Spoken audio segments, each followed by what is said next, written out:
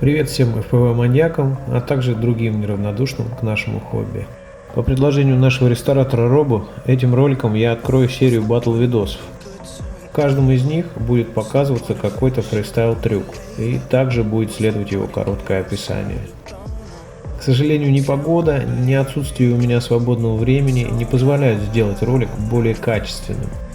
Поэтому вот вам первый блин. Надеюсь, что последующие видео будут выше уровнем.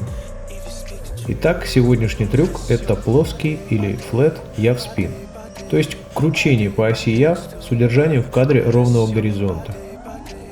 Вот так этот трюк делаю я. При кручении следует синхронно уводить стики ролла и ява в сторону поворота, компенсируя уплывание горизонта от параллели кадра, и не стоит забывать про контроль высоты, не давая ей плавать.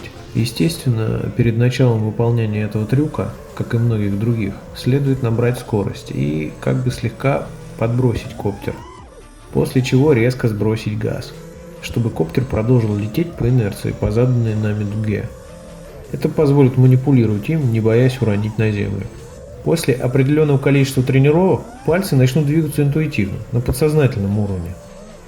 Также следует обратить внимание на то, что чем выше скорость полета перед выполнением трюка, тем круче угол наклона относительно земли и тем сложнее будет выполнить ровный flat яв спин. Само собой, чем чаще пилот тренируется, тем четче и эффектнее получается данный трюк на разных скоростях подлета.